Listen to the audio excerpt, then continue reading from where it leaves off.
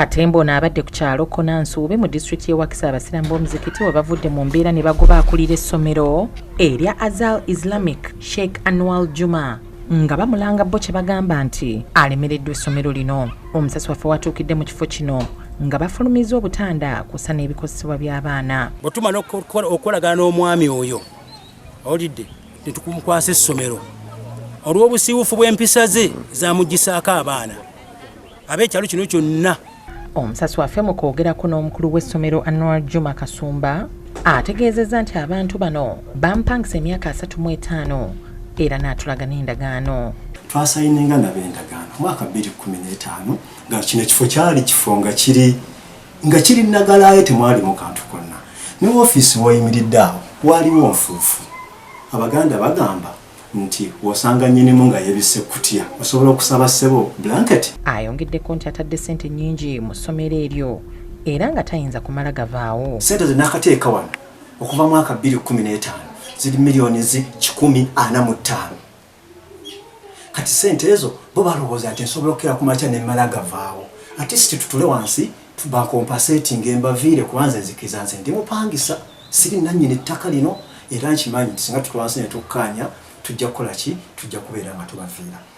Essomero lino twalizimba n'amaanyi gaffe ng'ekirondo omulamwa gwakusomesezaawo ddiini. Temuli ddiini temuli seeka n'omu era mu ssomero ayinamu abasomesa ye ne munne abasomesa babiri okuva ku P1 okutuuka ku P7. Awo bonna tebaagaana tebalinamu wano kati bafiiriza abazadde abalinamu abaana. Olw'ensonga eyo atuviire bwe twagenda ku DPC twalemaganwa ewaradisi ntulemaganwa kati twaweebwa amagezi tujje tumuggyemu kifuba agende.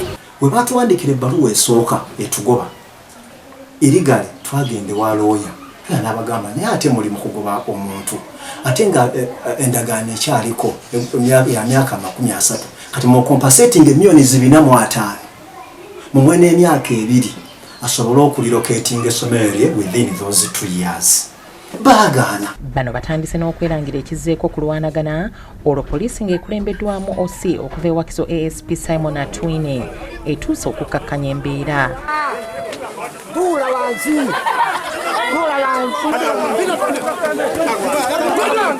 Tuli ku ssomero.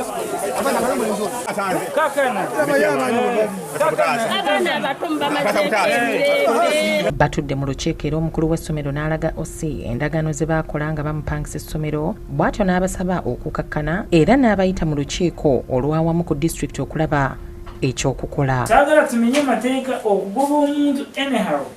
Kimenya amateeka. Mu ngeri y'emu abavuzi ba bodaboda z'obugaali bavudde mu mbeera ne batwalira amateeka mu ngalo ne bagajambula munnaabwe Regan Kakooza nga bamulumiriza okubaako obugaali bwabwe bwa bbasaako n'okubalumya. Egaali baagitwala. Ani agitwala?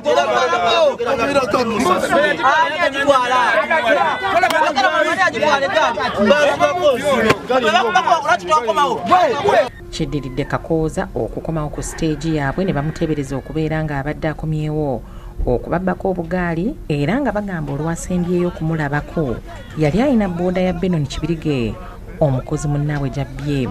Abatubba baami bababeera bambadde amasote nga bambadde bulungi nga bavunaanyizibwa n'ekirala ab'ebyokwerinda ab'omu Ndeeba balwawo tulambulako.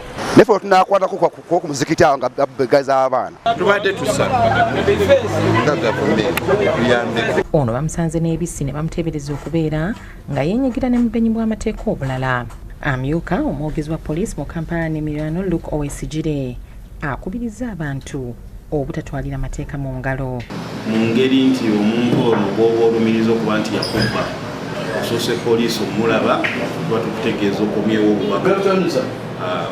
obubaka eri poliisi osobola okuba nti no tweyongera okunoonyereza ku musango gwe waloopa. Julius Kiguli ne Diana Myalo bwe bakusakidde eggulire lino.